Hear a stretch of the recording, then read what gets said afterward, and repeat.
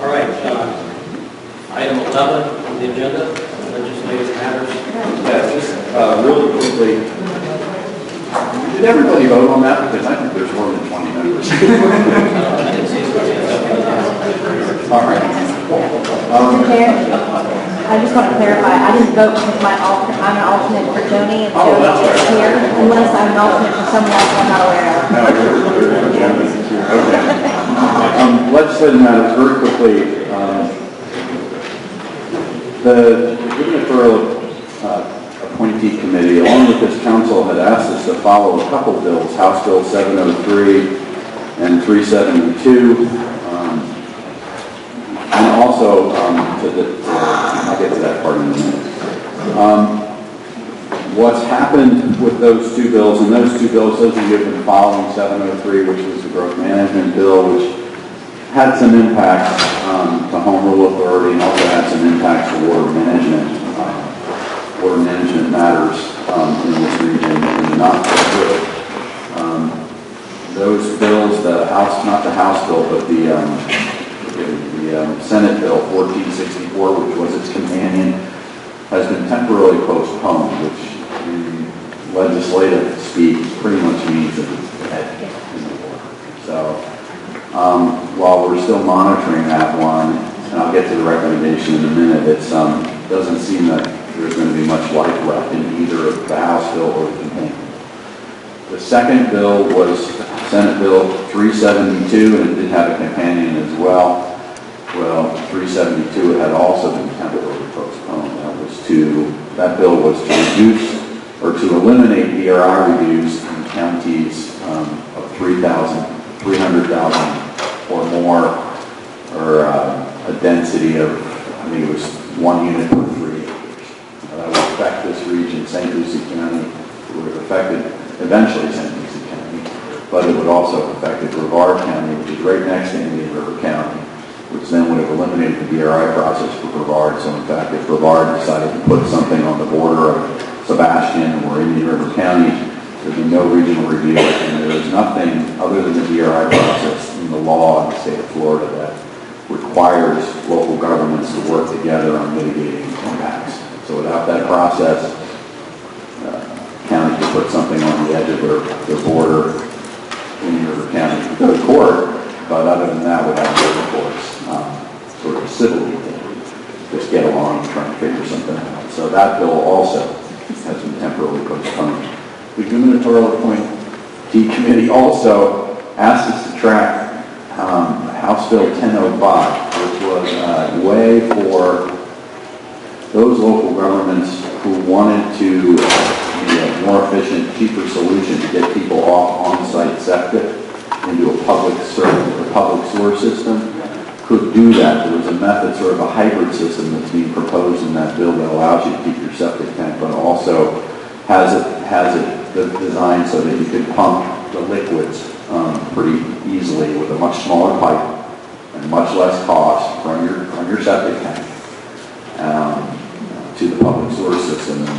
And the cost has ranged anywhere from 40% to 60% cheaper for citizens to do that, and local governments to get that system in place.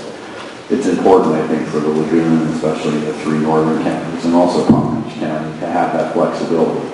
That bill died in the Agricultural and National Resource Committee.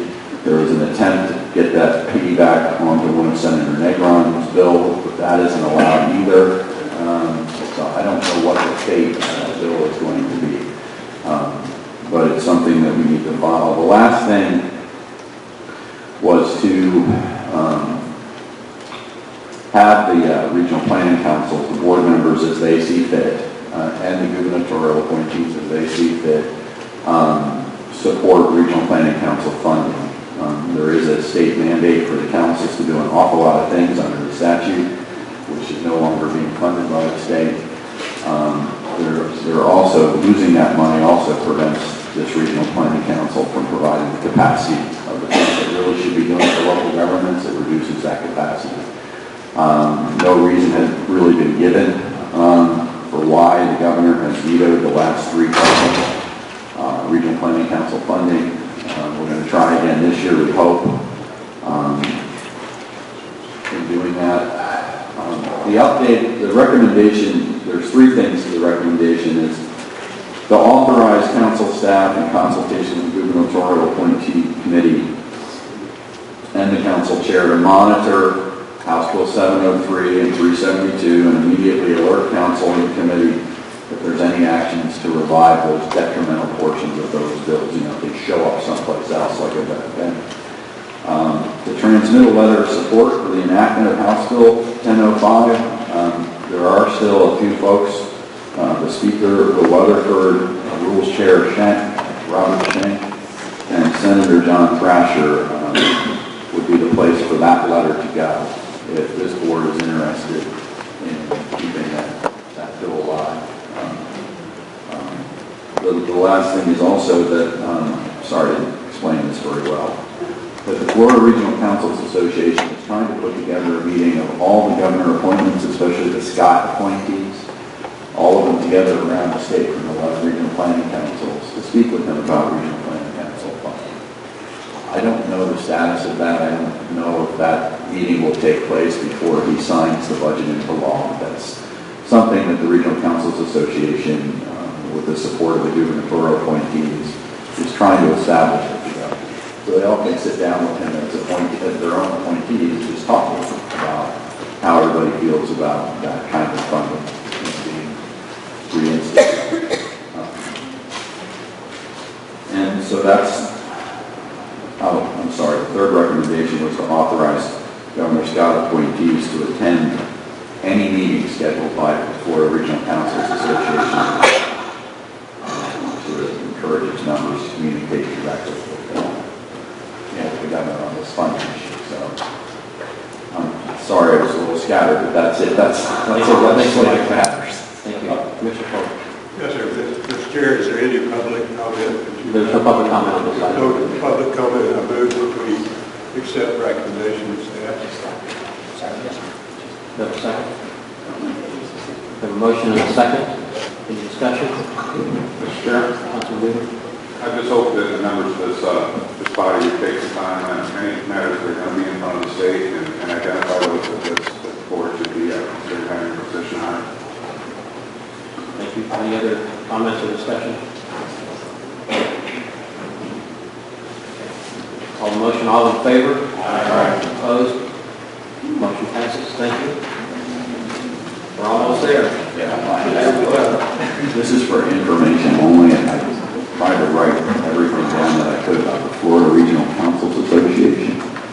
Not unlike the Florida League of Cities or the Association of Counties, the 11 regional planning councils also since 1976 have had a regional councils association, really just to make sure that the interests of RPCs in Florida are furthered and that the service that they provide to local governments can be enhanced.